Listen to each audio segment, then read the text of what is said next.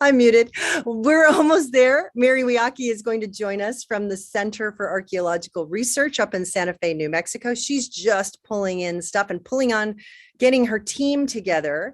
And when we talk about history of the state of New Mexico and of the Southwestern region, we're thinking about the people's history. But when people come somewhere, they come somewhere because there's stuff here to come see, eat, and live with, to find a home. And that's exactly what happened some 23,000 years ago.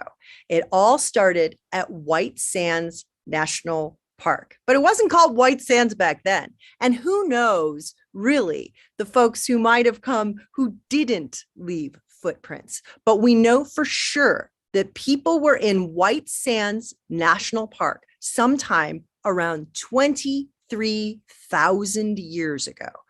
And with us today is the program resource manager for White Sands National Park. His name is David Bustos, and we're going to turn it over to him. And David is going to give us a presentation that helps us understand those footprints, why they're there, and who left them. Great. Take it away, David. Yeah. Good morning. So I'm trying to share a screen with you all. I hope you can see my slide. We can. Great. Very good. Yeah, thank you for the opportunity to speak to you all this morning. It's a fun and incredible story, and I always enjoy sharing it with everybody. You know, I think for me, one of the most exciting things about this story is, you know, the ancestors of the people that left these prints are still here. And we've had, you know, the great opportunity to work with many folks from the First Nations, you know, some of the different pueblos and tribes from the region. And what's so exciting is there's actually names for these, you know, giant animals that once roamed the earth. And you know, it's incredible to see the prints, but to hear the name to go along with the print, it just brings it all back to life. So I'm excited to share with you some of the fossil footprints. And, you know, we sort of think about life on the playa, maybe what it was like in that wetland. As you see some of the prints, you can really see incredible interactions between people and some of the megafauna that lived during that time frame. So here we go. Okay.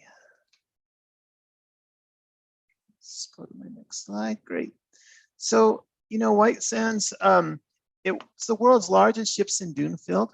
But before the dunes were here, there was a giant lake called Lake Otero. And so this lake was about 20 miles long and some places about 20 miles wide. And everywhere throughout this lake, it looks like animals, the giant animals. You'll see some of those pictures in a few minutes. And many people walked all through this area for thousands of years. They walked along with one another. And, you know, we don't know exactly when people came into the basin, but what's really exciting is we know that they were here at least 23,000 years before present. So for some folks, you know, it's really pushing some of the early dates that some archaeologists have thought of when people have been in here. So it's really fun because it's you know, bringing the science, updating the science. But the other fun thing about it is many of the pueblos and tribes that we've been able to speak with, you know, they said, no, you know, we've always been here. And so this is really fun because it confirms what people have known for thousands of years. You know, people have known about White Sands. Most recently, we have had the great opportunity and privilege to work with many of our tribes, local tribes and pueblos, and learn from them, and also work along beside them to help to develop some new exhibits. So in the near future, we'll have a new trail. We're going to be updating one of our older trails, and you'll have new exhibits on the trail. But on this trail, you'll be able to see some of the Pleistocene megafauna, the mammoths and saber-toothed cats, sloths. So you have replicas, silhouettes, and then the footprints. You'll be able to go see those and touch some of the examples of those footprints also. So you can go out and enjoy them. One thing that's really interesting at White Sands is, you know, throughout the park, over 80,000 acres, there's thousands and thousands of fossil footprints.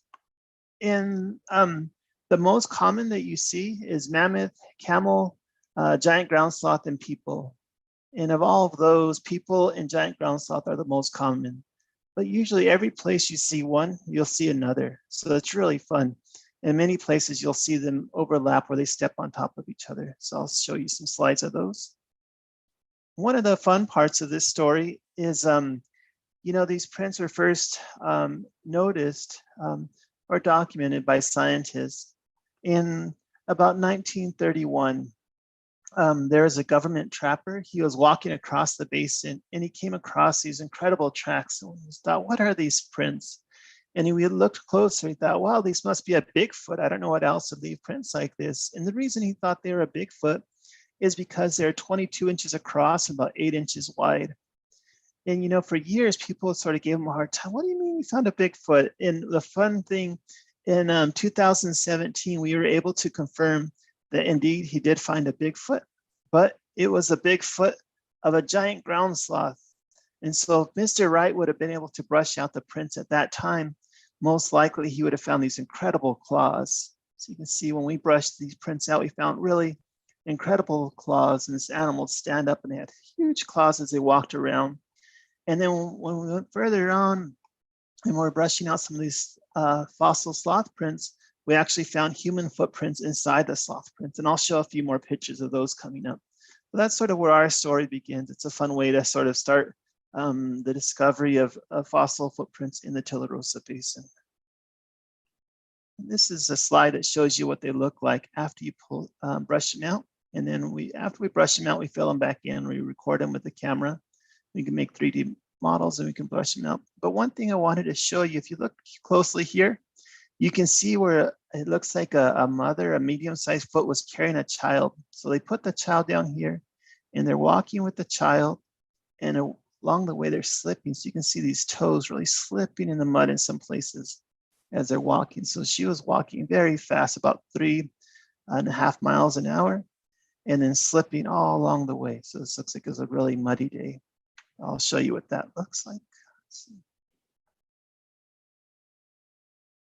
this is what they look like. And it goes 1.5 miles one direction and turns around and comes back the other direction. And what's really neat is she crosses many prints of different animals back and forth. And then they step on her footprints, and then she steps on their footprints all along the way. So it really gives you a time frame when they'd all happen. And then right here, you can see some of the baby prints where they're putting the child down. There's about 5 or 6 spots along the trail where you can see they put the child down and then pick them up again. And here's a few examples of the most common prints. Every year we seem to find more and more. The most recent is a bear print. I'll show you that in a few minutes. But this is a canine print or a dog print, maybe wolf or dog. And then here's a felid, so a very large cat. Like they're much larger than a mountain lion. This would be even larger than a lion nowadays, or a tiger. These huge prints. And then some of the giant ground sloth, they have these huge hooks. And camels. And we've also found camel teeth, and then also the droppings of camels. I'll show you some of those in a little while.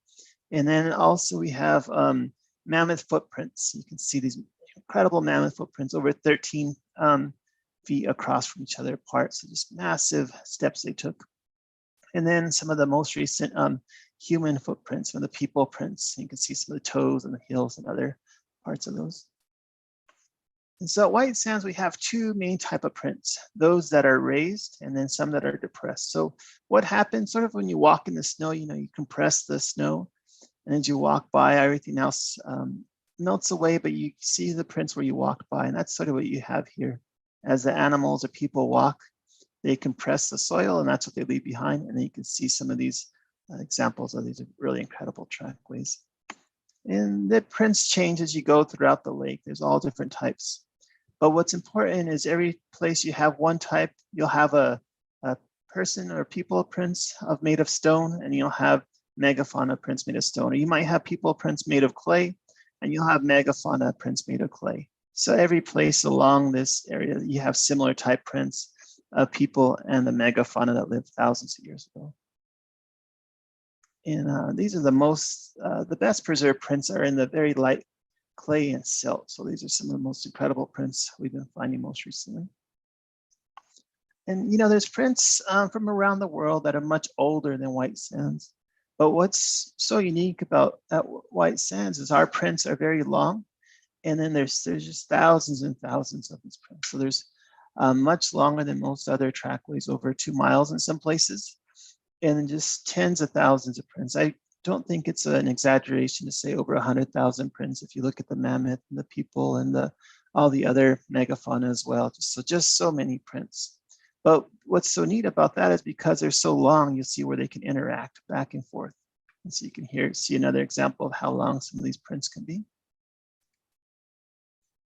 And the fun thing about the prints is some of the ones that are below the surface, you don't always see them. So we sort of call them ghost prints because they come and go with the soil moisture. So this is what they look like when it's too wet. And that's what it's like if it's too dry. But if you're lucky and happen to be there on the right day, this is what it's like. So the reason why is the prints are actually below the surface. And whenever they're a little bit wetter than the surrounding sediment, then they make these really neat hollows or wet spots on the ground. And sometimes you see a nice salt crust. So that's what Mr. Wright first found in 1931. So that's why we call them ghost prints, because some days you'll see them and some days you won't. They're right below the surface, but they just come and go with the soil moisture changes. But we are working with some other scientists to document these prints. And what they're able to use is a tool called a GPR, a ground penetrating radar. And you just pull the radar above the ground, and with that, you can look below ground. And then you get these incredible images. And you can see prints that you might not have seen. And lots of times, many other animals will be right alongside where the other prints you're seeing are at too. It's sort of like when Superman, looks through a wall. You might see a person on the outside, might be a little bit of a fuzzy image, but you can still see the outlines of where the prints are at below ground. Here's an example of what some of those look like. So you can see these really bright spots, and then some of the mammoth prints, so the human prints and the mammoth prints. And right here is another place where actually the mammoth stepped on top of the human footprints. Those are really neat to see. It just shows you that people were here at the same time as the mammoths were as well. Unfortunately, many of these prints are rapidly eroding away. So this is what it looks like in 2006. This was a pretty bad drought. I'm sorry, 2008. And a few days later, after this really bad drought, there was a massive windstorm. And you can actually see the dust and the sand and the sediment that covers these prints was being picked up and is blowing all the way to Oklahoma. So there's just tons of material that leave the basin when we get these huge storms. And so when that happens, then the sediment gets pulled off that protects the print. So right here, this was all covered, and then some really large storms came through, this big erosion events, and uncovered the prints. And then shortly after, a few years after that got uncovered, the prints were completely destroyed or removed. And then this is another example. So this is 2009 and then 2011. So just 2 years later, once they're exposed, they rapidly break down and are removed. So we're trying to document them as quickly as we can.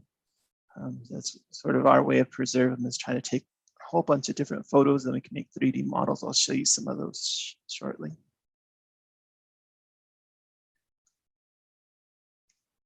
But as I mentioned before, the thing that really sets white sand apart from any other place, and what's so exciting about it, is you can see places, it's sort of like, pictures in your mind when you see these prints. You can see where a person was running and jumping, or kids are turning around and spinning. You can see stories where the giant ground sloth, for some reason, every time they see human prints, they'll stand up and they'll spin around. They go in a different direction. They really seem to, they react anytime there's human prints around. The mammoth and some of the other animals, they don't really seem to care. They'll just walk right through. But the giant ground sloth, every time there's people around, they'll stand up and go in a different direction. But there's other places where also you can see, a mother carrying a child and putting him down. And then other places, some of the different animals that come together as well. So those are always fun to see. And that's sort of how much of the story began at White Sands. So you can see a person was walking by, and it looks like they were stepping inside the footprint of a giant ground sloth. In some places, it even looks like children might have been stepping inside the prints, because you can see they were really stretching to try to step inside the prints. It's really long prints for children, and then they'll go normal again after they get out of the prints of the giant ground sloth. So it might have been, they're trying to keep their feet dry, or I'm not sure why, or maybe it was a game to see who could walk in the footprints of a giant ground sloth. And you'll see people often walk inside the footprints of mammoth and other animals too. So it's sort of fun as you go along to see some of these neat stories. This is one of my favorite stories at White Sands. So in this area, you can see a giant ground sloth walked by here, and it looks like it was a deep puddle. And as you walk through, maybe made the puddle bigger. But then what's really fun is we have children prints that were jumping all around. So here's a few here and there, and all through here, there's a whole bunch of little prints, all different sizes. And you can see that the giant ground sloth in his claws as he's walking by. But it really looks like children were having fun and jumping. I think that's one of the funnest things about White Sands is, many of the things that we do today, people were doing at that time. So you see people taking care of their children, or you see kids running and jumping and playing, or places where people are hunting, or many of the same things we do today. So it's sort of fun, it's been over 20,000 years, but we still do many of the same things we've always done. This is another fun set of tracks. So this is bison. So you can see some of the bison prints and then some of the human prints. And we even have what looks like possibly a stick that they're dragging or something. We've been finding more and more of these drag structures. So those have been a lot of fun to see. But right here you can see, so the human people walk by, and then a bison stepped on top of the person's footprints too. So the bison came later. And then you can see some of the bison, and there's another set of them. So those are really fun. And then this is the story I mentioned to you earlier, where it looks like a mother or medium-sized footprint was carrying a child. So this is over 2 miles long. So it's really long, incredible trackway. As far as we know, it's the longest ever recorded fossil trackway in the world for people. And then, like I mentioned earlier, you can see the giant ground sloth where it would stand up and then it would spin around and go in a different direction. But what's really fun is right here, the giant ground sloth that slipped. And there's a spot right here where a person slipped also. So it's really fun at the exact same location. Both people and the giant ground sloth slipped on the ground. So there's fun interactions. And then other places you can see where it slipped again. Right here, and this is actually its tail, where it fell sort of backwards and it caught itself with this big giant tail, and it pushed itself forward. So there's a lot of fun stories you can see from the prints. Here's a little video that sort of shows what those look like. You can see the people walking behind the giant ground sloth. These are really fun too. We have other places where we see mammoth prints, but then you often will see human prints either alongside, or sometimes the mammoth footprints step on top of the human footprints. But right here, you can see a person's print inside the mammoth footprint. And then some of the most exciting prints, or the funnest prints I've seen most recently, has been these really incredible bear prints. So if you look right here, there's 2 prints, and then 2 more, and then 2 more. And what's really fun is a lot of bears you can see, you'll have the hind or the forefoot, the front foot, and then the hind foot. And again, it's hard to see right here, but then again, there's the front foot and then the back foot, and then the front foot, and then the back foot's probably right there. And then there's little bear prints through here. And if you look really closely, there's a giant ground sloth footprint right here, and another one right there. And then there's also a dog print here, maybe a wolf. They're very large canine prints right in there.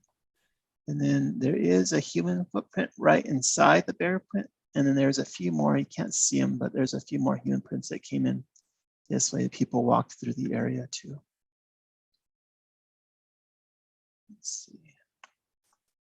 Oops, let's see, I thought there was, I guess you can't see it. I thought there was another image to show you, but okay. And then these are some of the most recent prints. Are in the clay, so these are nice because you can really see them. But what's really neat about this most recent area we've been working with, and Diego's been able to come out and meet us at this site as well, is these are these really incredible sea layers. So at White Sands, we found over 11 different layers. And now that number has been growing as we looked a little bit closer. But what's really neat, at each of these different layers, there's prints below. So you have a seed layer here, another seed layer there, another seed layer here. And that's important because with these different sea layers, you can date how old these prints are. And it shows you that they're separated by time. And so at the very bottom, the layers are over 18,000 years old. I'm sorry, at the very bottom, it's 23,000 years old. And then at the top, it's 18,000 years old. So what we see is there's human prints, and we also see some mammoth prints in cross section.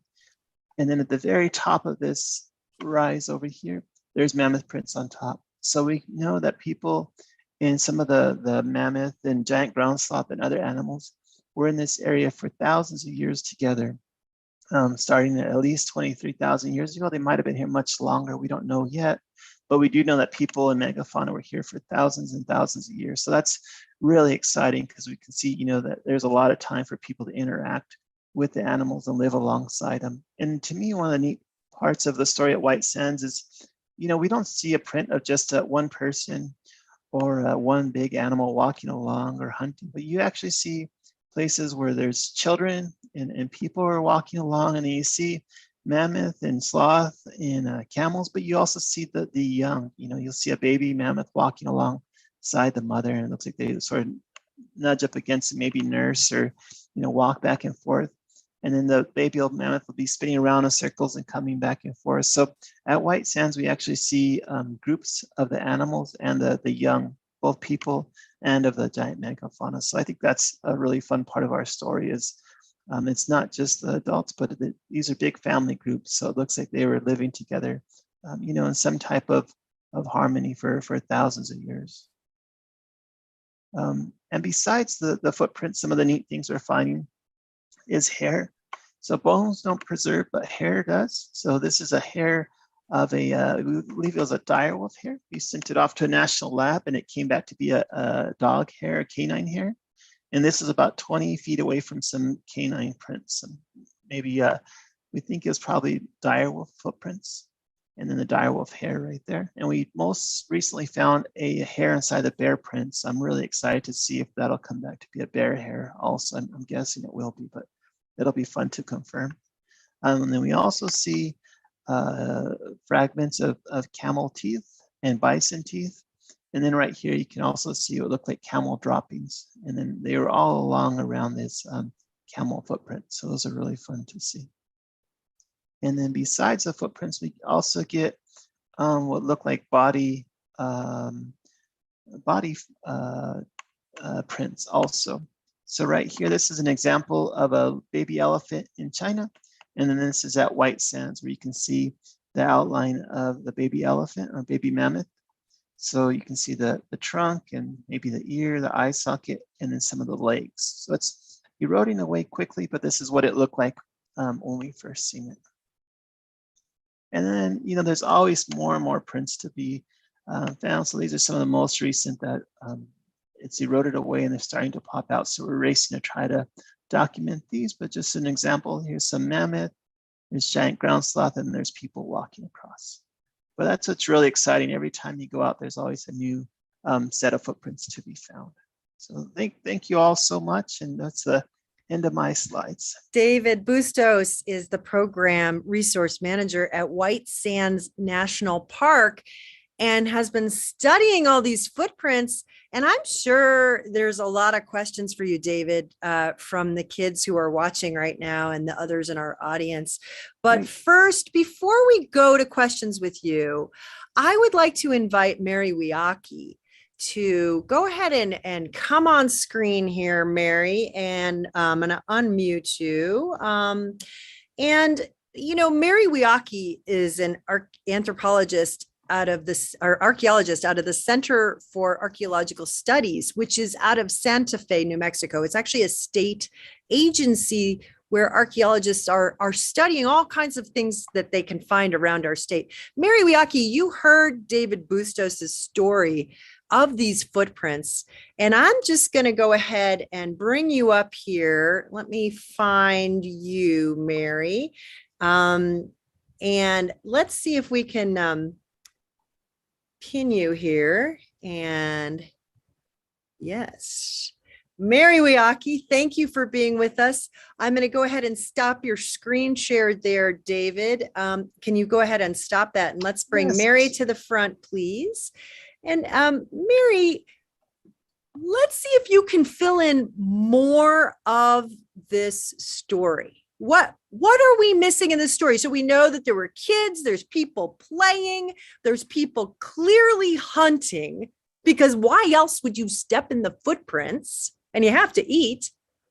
Tell us more about the people who lived here and who came here. The people who lived here were ancestral Native Americans who were on the land sooner than anybody thought they would have appeared on the land.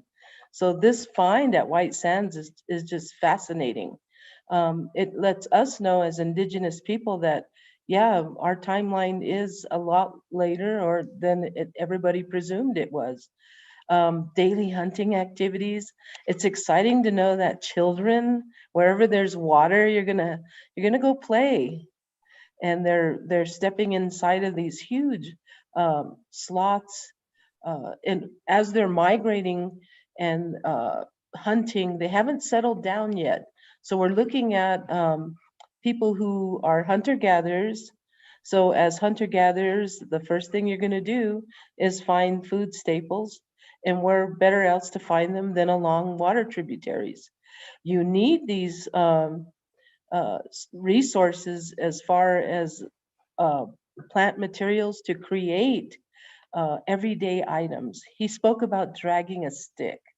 You know, it wasn't probably just the stick, it might have been a weapon, you know. So you're looking at stone tool manufacturing, and you need water to soak the hide. You need water and steam to create the handles for your tools. And there's plenty of stones out there, basalt volcanic location site. So which White Sands definitely is. So they're actually still moving. So they're making textiles, and they're creating reed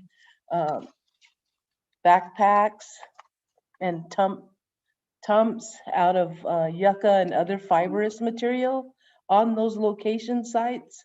So this goes over the forehead, and you would have carried your supplies. So some of those people might have worn this backpack on their heads, just like this, and carried even the baby in one, you know, as it got older and heavier, so they could go further.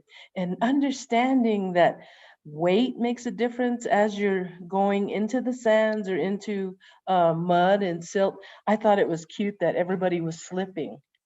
You know, of course you expect them to slip. So that was just really a neat thing. And they were barefooted. So as you're going through the marsh and these liquid areas, you take your shoes off, right? Because they definitely had shoes. They had yucca sandals, and they were using cordage to hold them on their feet, but they didn't want to ruin them. So why not squish around in the mud? I would have loved to feel the clay and the sediment between my feet. And if it was a cool day, why not? You know, we all do it. We're just kids in heart, all of us. So they're carrying baskets too, and you need that material that's in those creeks and streams and rivers to create all these wonderful items, and they're light. All these things that I just showed you, they're very light. So as they're migrating, they don't want to carry a big piece of pottery or a big stone matate. They're carrying things that they can move with. It was fascinating to see in the animal collections. So they're trying to stay ahead of the other predators. There wasn't just us. There was the lions and and then the bear and the canis, all these, we're all understanding each other's habits. So the big animals come through, the food animals like the bison and the camels and The mammoths are coming through and we hunt those. That's a daily lifestyle for a Native American family. Even today, we have designated hunts, the men, and now women are starting to hunt. So it didn't surprise me that there were women along some of these game trails. But I just love it that the children were there. This is how you learn. You learn by playing, and you create these tools for learning as a child. When they start to settle down, they were probably, look at these, this is a rabbit fur blanket. So they were probably making, blankets out of animals that had furs like this and applying it to the yucca cordage. And they were staying warm in the evenings. Look how nice that looks. I know David wants one for Christmas, I can tell. And then later on, when the bird populations, there's a lot of birds on that river tributary. So you've got crane, you've got other birds that you're using for not so much food, but for their feathers. So you're making feather blankets, you're creating all these wonderful garments that are light and can go 25 miles a day, having one on instead of something heavy. So they're using items that they would have to, they're not really disposable, but they can always go back to the river or to the water and collect and recreate, because children grow. And you know how, you buy shoes, you got to buy another pair in another week. But so just think of it like that, as you're moving or as you're migrating, you're not completely settling down. So it looks like from the depths of the excavations that they did at White Sands, that there's peopling at different levels at different time periods. And that's, you would expect that. And I was glad to see that too. That just adds to that history that we need to learn more about. Mary, I have a question for you. Why are we seeing all these footprints and hair and things like that? But we're not necessarily seeing buildings from that period. Are we? Where did these people live? Were they constantly on the move? They settled down for a short period of time in these locations to gather food, resources. They dry the food that they're going to take, and as the meat or whatever they're processing dries, it becomes lightweight. So they have temporary housing structures. So you have these little dug in basins that they'll sleep in. We found some in Carrizozo. They were temporary structures. They're not very big. They're like maybe 4 by 6 foot, and they're dug down with probably reeds over the top or some kind of tree limb, and they're temporary. So they would go back to the earth as soon as they would start migrating. And that's why you're seeing so many footprints, means migration time periods, which was about the same time that they were coming through White Sands. So are they traveling north and south? Maybe that story is still under the sand. Wow. So do we know where these people came from? According to the oral history of a lot of the pueblos, some say that we traveled from the south. So when you talk to migration tribes like the Comanches, and they have old stories, or you go down into Mexico and you talk to some of the natives down there, they use their hand. So when native people speak, they're very uses their hand as like rather than speech. So watch their hands, and they'll ask, where did you come from? And some will say with their hand like this, we came from the south. We're coming up from the south. Others say we come from the north. So when you're talking to elders, they'll often do that with their symbolism. I'm coming up. And that's why sometimes they were called snake people, because they do that with their hands. So you have to pay attention to your elders when you're listening to old stories, because these are your beginnings.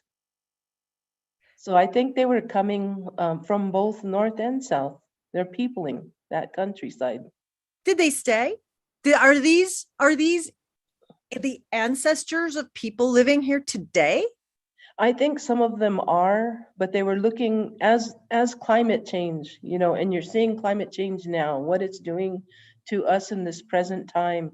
I'm sure there were huge climate changes back then, you know, the earth is changing, it's tilting, it becomes drier and less habitable. So they're moving further north where there's more rain and more water. And you know, when you look at the Three Rivers location area, you see the stories of them moving up north, and it's written in that stone. That doesn't go away. And I'm so glad he's trying to preserve as much as he can about those stories of the migration. Yes, it takes real heroes like David Bustos today who are taking their time and their life and their studies to really make sure that this treasure of history that belongs to all of us can endure time. Think about how long those footprints have been there and how wonderful that people have studied enough to know the stories happening around those footprints. I want to also introduce Diego Medina. And Diego, I'm going to give you a chance to also help me introduce yourself as a tribal historian from down there somewhere. Where are you from? And talk a little bit more about what you're hearing between David Bustos's presentation and Mary Wiaki, and maybe help us fill in this story. You're muted. Sorry. I'm going to put you on a spotlight here. Hang on a second. Okay. Thank you. Go ahead, David, or go ahead, Diego.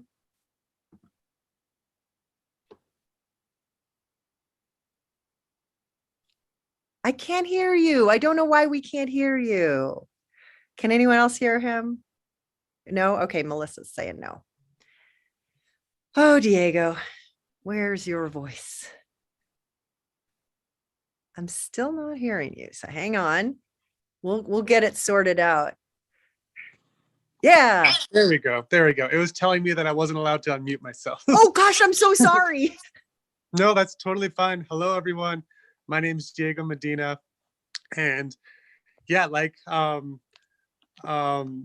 Katie was saying, I'm a member of the Piro Manso-Tiwa tribe of Las Cruces. And so I'm very, very grateful to be living just a 45-minute drive from where these prints are down in my hometown of Las Cruces. And I'm really grateful for David, especially because I've gotten to go out and visit the footprint site a couple of times, and it's incredible. It really is like visiting your oldest grandparents' house and getting to go say hello and spend some time out there, because I've gone to White Sands my entire life since I was a kid. I think my parents took me out there when I was a baby. And so, for almost every year of my life, I'm sure I've gone out to White Sands at least once. And our tribal community still goes out there for ceremonies. And so we still have our dances out there at White Sands. And it's really incredible to be able to go out to the site and see where there's alignment between what the scientists and what David and his team are discovering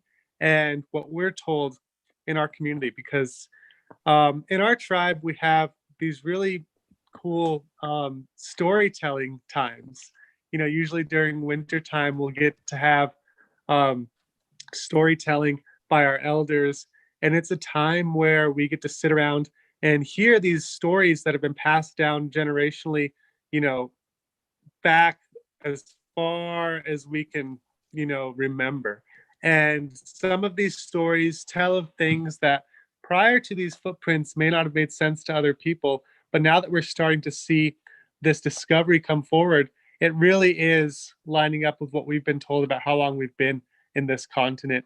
And like Mary was saying, speak to some of our migrational histories and speak to some of the different places we've moved around. And so for me, working at this footprint site has been both a learning experience and a confirming experience. And it's one that's really, really powerful, especially being out at those footprint site, because that for 20,000 plus years, at least, we've had a place in this land, and we've had, relatives like these other mammoths and these sloths that we're friends to our oldest grandparents in this land. And so it's cool to see that, we still have similar ways of, conducting ourselves in our daily lives here in this location. And for me, living in Las Cruces, it's really funny because only a few months ago, someone asked me how long my family's been in the Las Cruces area.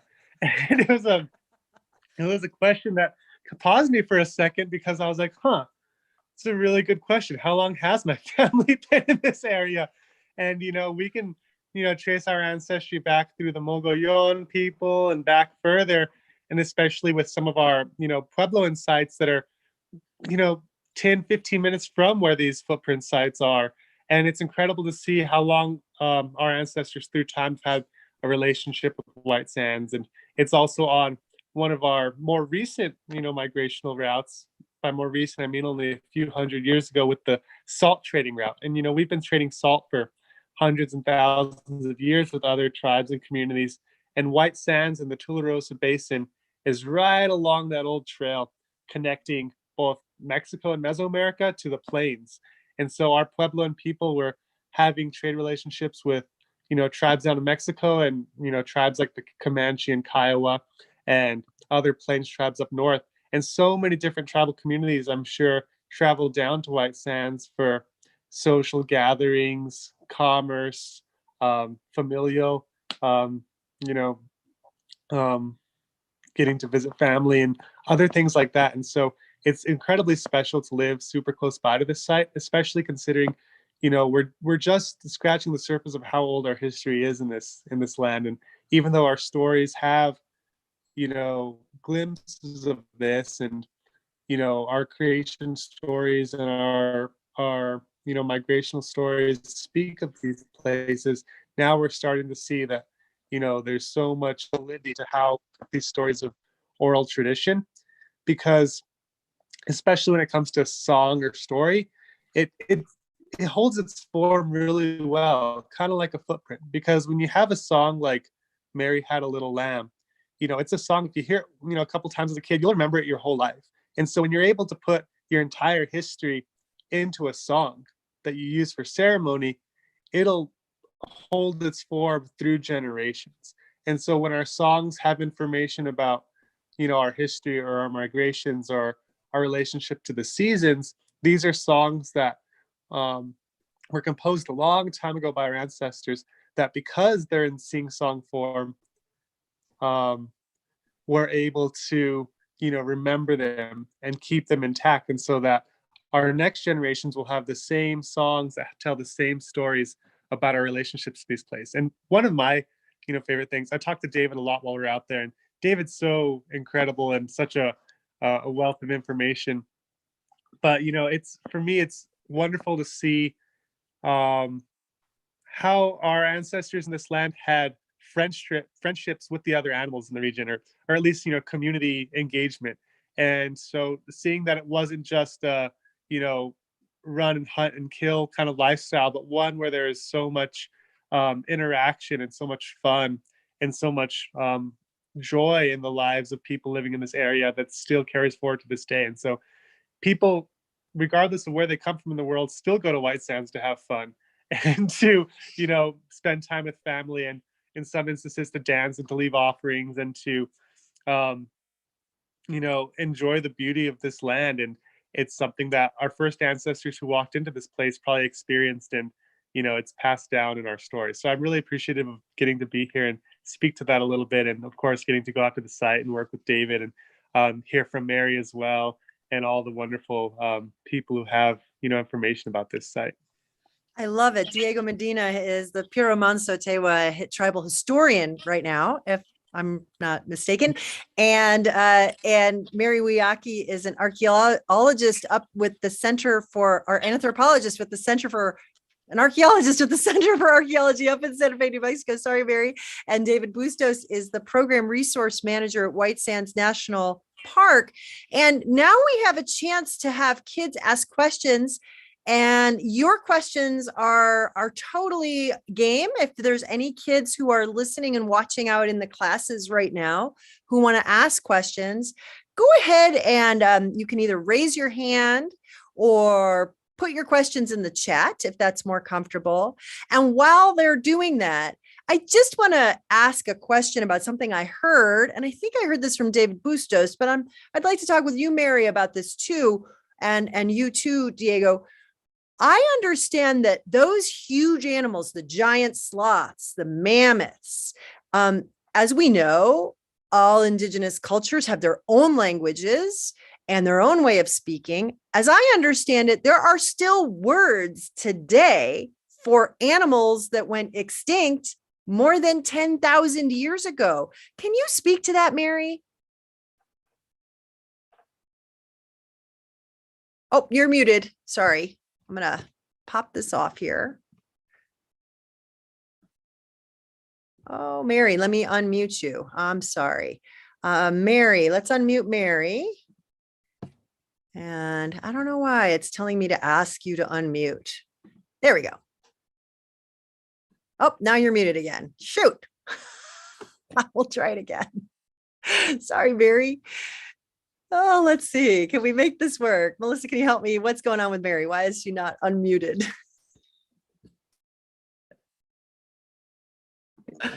Oh, there you go. Unmute it. Okay. Yes. Shelby was coming around like you wouldn't believe it.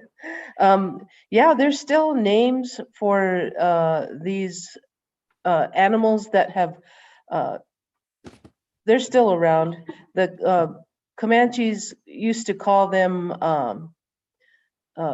mupits, and mupits means this creature that had a long nose, and it had these huge teeth that the old ones would say it curled up like a tusk.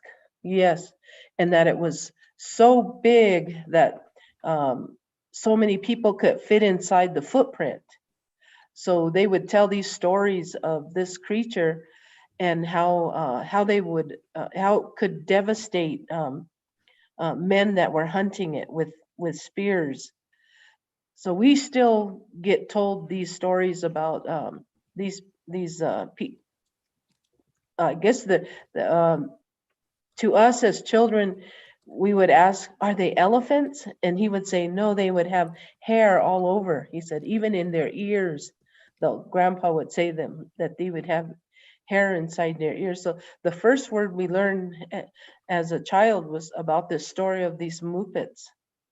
There were stories of giant alligators that if a man went down to gather water at a stream, we were always told to be careful because they would come up and they were large enough to fit you inside of their teeth. Wow. So for anybody who's ever made fun of me for being afraid of alligators, definitely there's a reason. Well, Miss Kunz's class out of the Native American Community Academy, I believe, they are asking, oh, they're shy, and they want to ask you this question, and anyone can answer this on our team. Did the people eat the giant sloths? Oh yeah, they ate them. There's evidence in Mexico and in the southern parts of Mexico. That was part of the menu, was the giant sloth. Probably tasted good, I would It think. probably did if it was a grass eater or, And a follow-up question from that class, did the giant sloths move as slowly as our sloths today? David, do you want to take that on? I'm sorry if we're having trouble here unmuting here. Let's unmute you. Okay, I think I'm on. Yeah, it's a great question. And the giant ground sloths, they look very similar to giant anteaters. So if you have a chance, Google giant anteaters. So they're a similar family and probably moved a little bit faster than the tree sloth. So the other interesting thing is they had Achilles tendon. So it looks like they could walk upright and then walk on four legs, similar to what we do too. So they probably went a little faster. And that Achilles tendon, everyone, if you feel your back of your foot, it's that little thing that's on the back of your foot that allows you to stand up and not have to be facing down. Lots of questions from Jessica Castro Buelna, sorry, Jessica's class. First of all, why is the sand white at White Sands National Park? Great question. Why is that? Yeah, so the sand is white. It's made of gypsum or basically, if it's pure gypsum, it's very blocky. And if it's has organic matter or mud, it becomes long. But as it gets scraped by the sand and the other wind, it gets smaller and smaller. And as it's scraping, it can be very, very light. And sometimes if you look really close, it is a little tan, but if you look where it's scraped, it's very light. But basically it's pure because it's evaporative material. Most of what it forms is these small little crystals that are pure, and you can see through them just like window panes. So that's sort Oh, of so in a way, why is it's not really as white. It's like our eyes perceive it as white. It may be almost like a tan color, but because it kind of dries into a crystal, it looks white to our eyes. Is it that does right? look white. Yes. Huh. And the funny thing is when it rains, you can actually see it get a little bit tan or brown, or when there's snow on the dunes, it doesn't look as white. But when there's not, anything to contrast it, it does look very white. So lots of good questions from Jessica's class here. Why do we think the woman went in a circle? Great question. Why did she do that? Do we know? What was she doing? Who knows? Who knows? We don't know. That the prints that we see of the woman, she's going in a straight line and she's slipping in the mud. But what's really interesting is the giant ground sloth walks along, and when the giant ground sloth sees the woman's prints, it stands up and goes in a circle and then goes the other direction. So I think that the giant ground sloth, they were leery, they'd watch out for people, it sort of seems like. But yeah, when the giant ground sloth would see people, they'd often turn around and go other directions. So that's very common out there. A great other question, which is really, I'm going to give this to Mary, because I think this is a great question for you, Mary. How and were the fossils buried? And when we're talking about the fossils being buried, remember we saw this picture that David Bustos showed of like, well, there were prints here and here and here and here. And clearly those archaeological digs are showing, time has come. Why? Explain that process, because I think that's true in a lot of your work. Stuff is buried. Stuff is buried because that location is obviously water tributary. So if the animal was killed and butchered in that site or died of a natural cause, like he saw that little baby elephant, laying down, the bones would be at the lower level where he was exhausted, where he laid down, and then a water would flow over it and deposit silty sand or colluvial sands over it, which are moving sands. You don't think that the ground or sand or, it's always moving. So then another storm comes and it closes it on that layer. So the lower layer or the lower portion of the diagram that David showed earlier, the fossil is down here, but because of all the changes of water coming and going, rains, snows, it's all leaving sand deposit that's blown in. So you're getting that sand from the mountain ranges coming in, and David spoke about that too, covering these fossils. So as we dig down, we go through time periods. So 2022, I'm in digging a piece of grass. As I go down further, I'm hitting another time period, which is, 10 years later.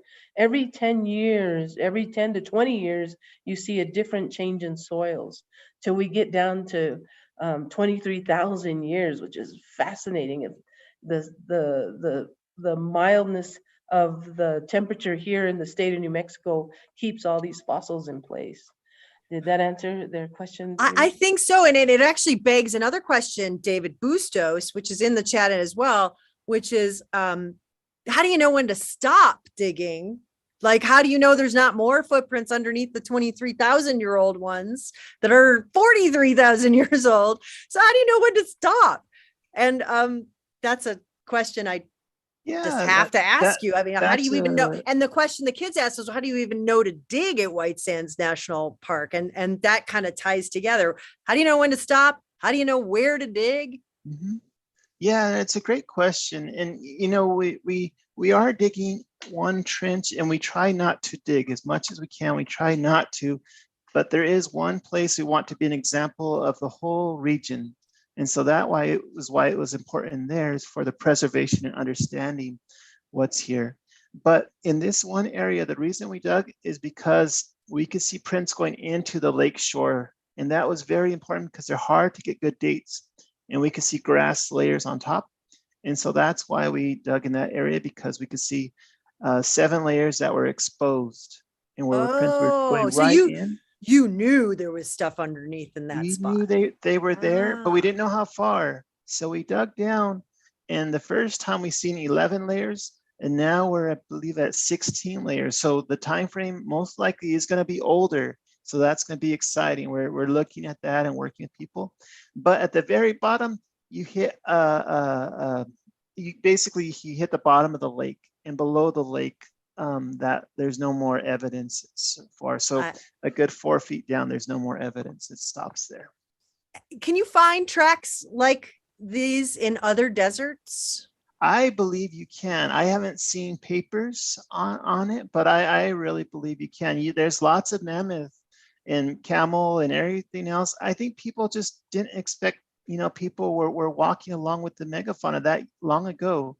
But I don't know why you wouldn't be able to. I think people just haven't looked yet. So in other words, there's still a lot of work left to be done to learn really the full history. And it may be a lot older than 23,000 years, which is pretty cool. Mary Wiaki, I'm going to bring you in one more time here. Briefly, we're running out of time, but catching us up to, say, pre-Chaco Canyon era, that's a long period of time, but people clearly continuously lived here, didn't they? And we know that, don't we? How do you know? Continuously, because of all the archaeological sites that you see, the housing that Chaco left, some of the most beautiful architecture in using stones to build these ruin sites. So these ruins stay, and with them stay their story. So we know that people were traveling both north and south on those great trails, and hundreds of people, not just a few people. So coming into Chaco, then you're starting to get that settlement. They're settling, and they're no longer using as many disposable items like reed items and basketry. They're bringing in potteries. We're gonna jump into Chaco in our next episode, and I hope you'll come, Mary Wiaki. Oh, okay. And bring us up to Chaco Canyon. But in between that period is like 10,000 plus years.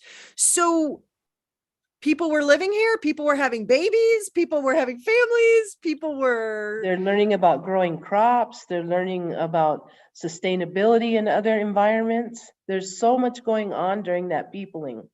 And it's there in the sand, it's in the dirt, it's there. I love it. And Diego, as you told us, the stories that were sung then are sung today. And I say we being like, historians who write sometimes the big books, they pretend like these singing stories aren't real. But now we know those singing stories actually are quite accurate, aren't they? Yeah, Diego's nodding. Absolutely, yeah. Absolutely, yeah. And same with the way that stories are told in petroglyphs as well. I mean, we see a lot of, the petroglyph sites around the area, sort of confirm and collaborate with the stories and collaborate with what the archaeological findings are telling us. And so it's cool to see this triad of, things coming together to tell a cohesive story about the Southwest and our ancestors here and all the different things that we've done in this area and all the different, transitions we've gone through. And, for me, I mean, what we're always told about sites too, like our ancestral Puebloan sites or even sites like White Sands, is that the ancestors that were there, and not just the human ones, but the ancestors that were there, there's always their presence there in some form, right? Even if we can't always see it, there's always that presence there. And I think footprints really speak to that metaphor, because footprints are the way that we know that there's still an impression left in these sites that we can relate to in the present. And so in that regard, there's this timeless quality to going into these sites and learning about all the things our ancestors have been through, whether it's, up to Chaco time, whether it's 10,000 years before that. We have all these different ways we can, sort of learn about our ancestors and all the different iterations of lifestyles they've gone through. I love it. We're learning in this series for the Children's Hour is going to be called A Brief History of the American Southwest for Kids. And it's brief because each episode's brief, but the history itself is not brief. It's very deep. It's very long. And we have a long way to go to learn more about what we're seeing, what we're learning, and how we can find out our place in this history, because each one of us has a place in history, and each one of us is making history today that 23,000 years from now will have great significance. You can actually be part of all of that. I am really delighted that all of these students joined us today, and all of you out on YouTube and everyone in Zoom. I'm going to make sure I got everyone's questions. Why are we calling them white sands? I think it's because they look white, but now we know. They're actually, maybe a fun experiment would be if you ever have a chance to get some sand, maybe even from your playground. And if you look at it really up close with even a magnifying glass, and you can see all kinds of things in that sand. In a way, exploring our history is the same phenomenon. We're looking into what was left behind, and we're looking at it all and sifting it and finding out what was human made and brought here by the very smart people who had to come a long way to be here and still are here today. So Mary Wiyaki, Diego Medina, and David Bustos, I'm just so grateful that you're with us. And I hope you'll all join us for the part 2, which is on Chaco Canyon and the Chacoan era. And so it will be what Mary was talking about, how we went from people living here who were living in really almost like the original tents. You dig a little hole and you put something over it so you don't get rained on, but then you pick it up and you move it to the next site, or you leave it and it decays and you build another one at the next site. Well, then we're moving into a place where people are building quite elaborate structures, and they're here today for us to walk through and look at. So that will come up on the next episode for this series called A Brief History of the American Southwest for Kids. Go ahead and tell everyone you know about it. Go to childrenshour.org/history. All of you went there to sign up today, but please tell a friend, please tell more teachers. If there's no more questions from the kids, I just want to extend the greatest thank you to all of our guests. Thank you. Thank you. Sorry about my microphone. Thank you so much for being with us. Diego Medina, Mary Wiyaki, and David Bustos. I'm so delighted you were with us. I can't wait. This series is going to take us all the way up to present day New Mexico. The next episode, we get into some real buildings and complex interrelationship of people who lived here with people who lived all over this continent. You just wait. It's in a month. We'll see you next time. Thank you, everybody, for being with us on this Zoom call.